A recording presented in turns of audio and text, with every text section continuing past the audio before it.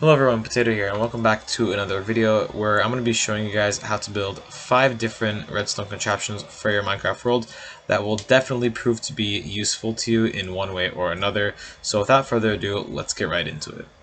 Our first build here is definitely the smallest one for today. It is an auto dispensing system or an auto dropper system, and the way it works is that when there's items in the dropper, they get dispensed out just like that, and even when there's multiple, they still get dispensed very quickly like this. When there's items in the dropper, the comparator detects it, gives a signal to the piston, piston pushes the observer up, makes an observer clock, and fires them out really fast. To build it, all you really need is what you see here, just your 3 blocks, your dropper, comparator, your observers, and your sticky piston. It's very good for things like item sorters and disposable trash cans if you use those, and many other things, and I overall think this is a very good build for your survival world. Let's get right into the next one. Our second build here is very well known, and as you can tell by the slime blocks and the sticky pistons and the observers, this is of course a flying machine. Now, flying machines can travel back and forth with a simple activation of an observer, like so. And once they reach their station and stop at the immovable block, which is typically obsidian, but you can also use things like glazed terracotta and I'm pretty sure even pumpkins, and you move it back again, and it goes to its original position. So these are really useful for things like harvesting sugarcane, which is what I personally use them for in my worlds, and you can even use it to transport yourself and other things long distances. And to build it, I'd say it's pretty simple. Just take a sticky piston and a slime block, place them like this, then you can place them in your reverse order like so. Just have your 2 observers on it, and next to one of them, as you can see here, you place the obsidian, a regular piston there, and a daylight sensor on night or day, your choice. And once you activate that, and it stops at the other obsidian, which should link up with the other observer, do the exact same thing, only switch your daylight sensor to the opposite time that it was here. Now if you would like to see this in action, I can place a few sugar canes like so, and simply do that. And I'd say it's very satisfying to watch as well, usually when there are large amounts of sugarcane. But enough of this, I hope it serves you well in your survival world. Let's go on to the next one.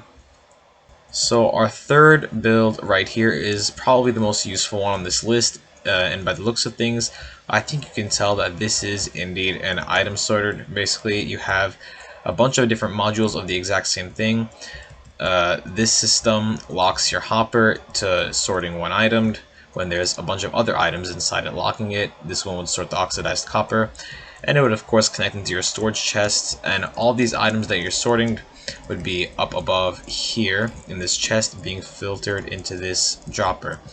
Now, as you can notice, I'm using a different dispensing system than that one because that one is way too fast for this kind of item sorter, since there is only a small amount of hoppers here. You want everything to move slowly, and I would use that kind of dropper technique for an item sorter that goes in a circle and all around a very large store system. For a smaller one, I would definitely use this one with a repeater, which is a lot slower, as you can see, and that would probably be sorted into whichever chest the glass has. So basically, I'll show you guys how to build one model of it. You're going to need obviously your chest, hopper, and your redstone supplies that you see here. This design has 2 layers of chests, as you can see over there, with hoppers pointing into it like so. And those hoppers on the 3rd and final row, you would have to have a temporary block and let them face out there. So for the redstone part of things, it's pretty easy. Just make a T with a block on the side, a repeater, redstone torch, comparator, and a redstone dust going in the comparator's direction that it's facing over there. So now when it comes to filtering your items, you're going to need the item you want to sort. So let's just say grass in this case, and 4 more items of the same one. So 4 oxidized coppers to stop anything else from going in here, but this is only if you're not sorting the items. So the 4 items that have to go in the other spots, you shouldn't be sorting them, or else the entire system is going to get messed up and your item sorter is going to be completely ruined. So essentially, just build that 5 times as I've seen here, or you can build it more or less, whatever you'd like. Then simply place a water source block on the first hopper, or you can do it outwards if you'd like. I prefer doing it on the first hopper because it's just more practical that way. So then make a little cage of glass, or it doesn't have to be glass, it can be any block you want. I just like seeing the water. Just simply do that, build a tube, and then build your little sorter, which here, as you can see, so you have your dropper, you have your hopper going from the side that has the least redstone, because the redstone could lock the hoppers if it's too close, so I put it the farthest away.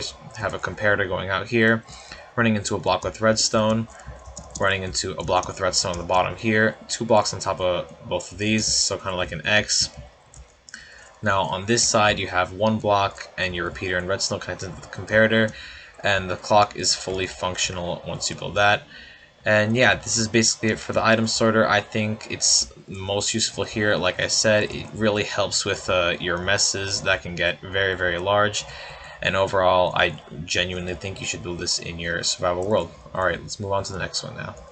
Alright, so this is another quite popular redstone build. Here we have an Etho hopper clock designed by Etho's Lab, who some of you may know is a very popular Minecraft YouTuber who built this thing many years ago, and it's being used in all sorts of ways today in modern Minecraft. So the way it works is I have a lever right here locking this hopper for now, but basically you'd have some items in a hopper and they would go to the other hopper, which would trigger the pistons here to push the redstone block that way.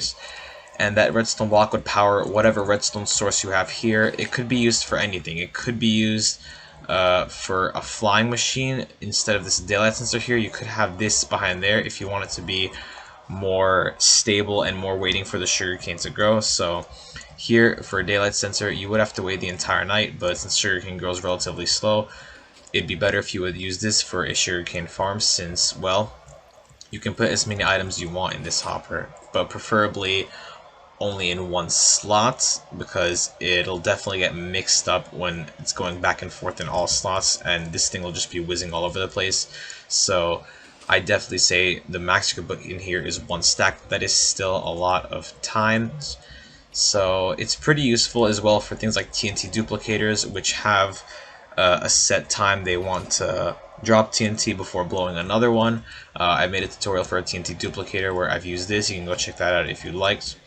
But overall, this thing is very versatile and you can use it a lot. And if you're building something like a TNT duplicator, like I said, or even the sugarcane or bamboo, or just any kind of farms or timed redstone thing that you would like to do, I think this will definitely be your best bet. So without further ado, let's move on to the final contraption.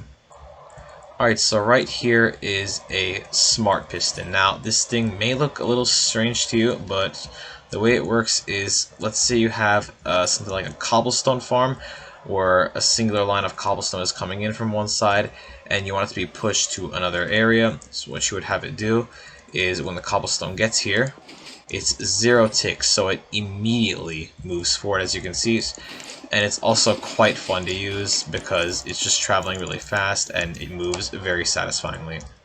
So to build this, all you really need is just 2 pistons, one facing here, one on top of it, block here with the redstone torch on it, and a line of redstone connecting to this piston, which powers this one somehow. It works in a very strange way, but at the end of the day it works, so that's what's important. And this is actually a more advanced smart piston. The easier way would be to do it by simply just having this and having a bit of redstone powering your piston like here.